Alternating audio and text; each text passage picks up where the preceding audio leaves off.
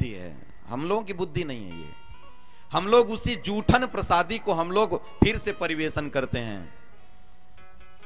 तो संतों के मुख से मैंने सुना है कि भगवान के नाम में इतनी शक्ति होती है कि यदि कितना भी निर्द्वंदी हो, कितना भी द्वेषी व्यक्ति हो, कितना भी द्वेष करने वाला व्यक्ति हो, कथाओं से, भगवान के नामों से, संतों से कितना भी द्वेष करने वाला व्यक्ति हो, यदि उसके कान में सतत भगवान का नाम जाता रहे तो एक दिन उसके अंदर भगवत प्रेम उसके हृदय में प्रकट हो जाएगा। ये भगवान की महिमा मैंने संत महात्माओं से सुना था।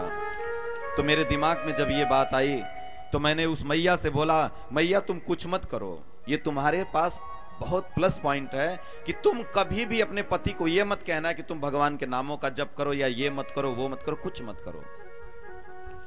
बस तुम जब सुबह उठ के मंगला आरती करती हो तो आरती के बाद आधा घंटा हाथ बजा से ताली बजाकर या छोटी छोटी करताल लेकर के तुम भगवान के नामों का कीर्तन किया करो, कीर्तन किया करो, और इतना जोर जोर से किया करो कि उसकी नींद खुल जाए और उसके कानों में आवाज जाना चाहिए।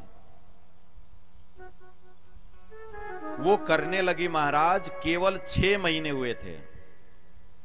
6 महीने के बाद जब दोबारा वो स्त्री आई वृंदावन मिलने के लिए तो अकेले नहीं आई थी, उस समय वो अपने पति के साथ आई थी। उसके पति ने कहा, महाराज हमको झोली माला दे दीजिए, कंठी हम पहनना चाहते हैं, भगवान के नामों का भजन करना चाहते हैं, जीवन में बहुत पाप कर लिया, बहुत अपराध हमसे हो गया, अब करने की इच्छा नहीं है। अब मेरे दिमाग में भगवत प्रेम पैदा हो गया, भगवान की कथाएं, भगवान की लीला अब स्मरण हो रही है। अब मैं चाहता हूं कि अब भगवान का मैं भजन करूं, क्योंकि वही इंसान था जिसकी पत्नी लहसुन प्याज भी नहीं खाती थी और उसका पति कहता था कि हमें मीट बना करके दो। एक ही बर्तन में बेचारी मीट भी बनाती थी, अपने लिए भी खाना बनाती थी, केवल घर में 2 लोग, पति और पत्नी, लेकिन बेचारी को 2 बार खाना बनाना पड़ता था, एक बार उसके लिए, एक बार स्वयं के लिए, लेकिन वो हिम्मत नहीं हारी थी।